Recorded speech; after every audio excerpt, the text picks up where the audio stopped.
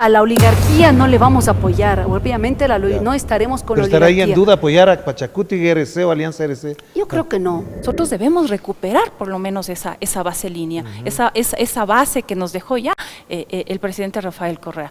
Yo creo que en base a eso debemos unificarnos. Dejamos dejar los odios o estos antis, estos pro, que todo el mundo habla. Creo que sí falta a veces por parte del presidente Correa, o sea, un poquito más de...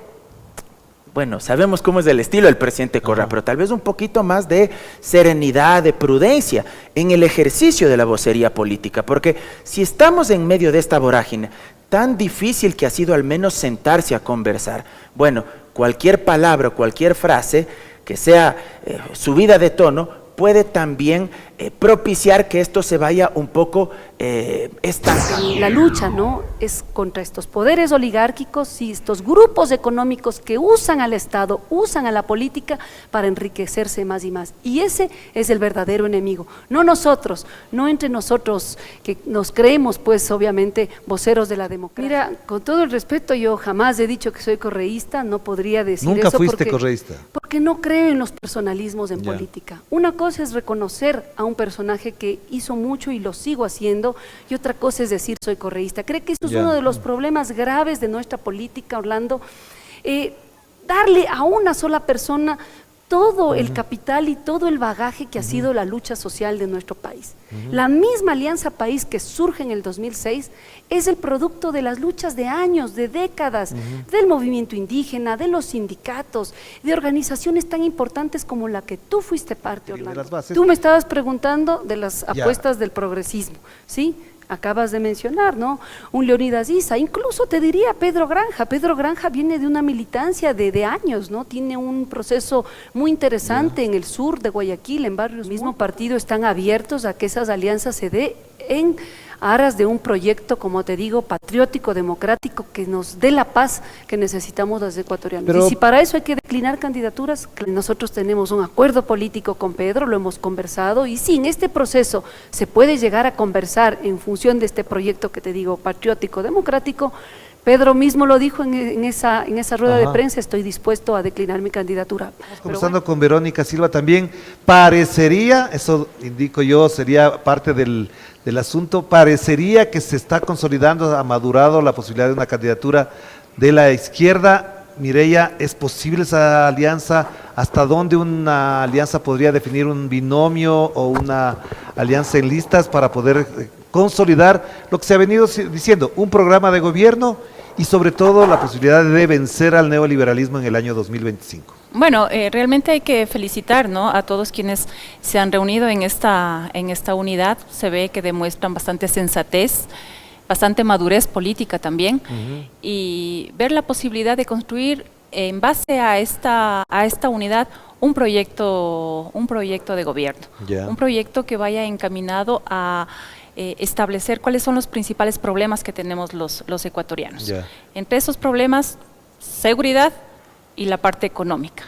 Y ahí desarrollar todo este proyecto político. Luego, encaminar también para que durante este proceso se dé un respeto en cuanto a la unidad, en cuanto a la participación democrática. Si hay unidad en cuanto a lo que es un binomio presidencial, bienvenido sea.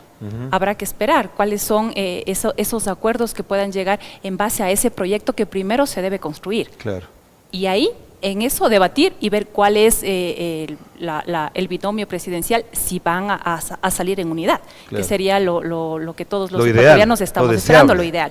Pero si no hay un acuerdo, una alianza de binomios entre los partidos de izquierda, debemos nosotros esperar, ¿no?, hasta el 30 de agosto. Claro que sí. Si no, pasar a la siguiente fase, el respeto en cuanto a la democracia, y en segunda vuelta, que sería lo ideal también, que todos estos, en base a proyecto, den ya su apoyo, su respaldo a la candidata del progresismo, las fuerzas progresistas, la fuerza de izquierdas, den ya su apoyo a quien pase a la segunda vuelta, a la candidata que pase. Pero Mauro, en función de lo que estamos conversando, ¿cómo ves, cómo analizas el panorama de lo que está pasando en estos momentos en el país, considerando dos factores. Le decía a Verónica Silva, además, un factor muy importante. No es posible ganarle al neoliberalismo en segunda vuelta si es que no hay una unidad de las izquierdas. Eso es un factor que está latente. Y segundo, esa unidad no solamente puede ser en base a nombres, sino a compromisos y a elementos fundamentales de carácter programático. ¿Cómo ves tú el panorama en ese sentido? ¿Crees que es factible? ¿Hay el ambiente, el clima, la predisposición, los números incluso para garantizar y consolidar una alianza de esa naturaleza? Mira, yo creo que más allá de los nombres de las organizaciones políticas, creo que esto debe ser una alianza de causas, es decir, esto debe rebasar el tema de las organizaciones políticas, no se trata únicamente de una alianza de izquierdas. Creo que aquí lo que la gente aspira por sobre todo es que se pueda resolver, pero resolver de verdad, no como el que dice que resuelve pero que no resuelve nada. Algo aquí que para nadie es desconocido y espero que nadie se ofenda, lo digo en el mejor de los sentidos. Sin duda, creo que desde el centro hacia la izquierda, los dos grandes actores políticos con capacidad de capitalización electoral, pero también de movilización social, son por supuesto la CONAIE como un sujeto social capaz de movilizar masas y capaz de colocar sobre la mesa de discusión una serie de agendas políticas públicas para reivindicar en función de lo que las grandes mayorías demandan, y por supuesto también la Revolución Ciudadana en cambio como plataforma político-electoral. Creo que esa comunión es fundamental. El uno puede tener el músculo político electoral en términos institucionales, pero el otro tiene el músculo político social de la movilización, de la organización del tejido social comunitario, para encarnar y reivindicar esas demandas. Yo creo que ese es un primer punto de arranque que a mí me parece fantástico que hoy por hoy al menos se hayan sentado, reitero, nuevamente a conversar. Y ahí creo que hay cuadros que han jugado un rol muy importante.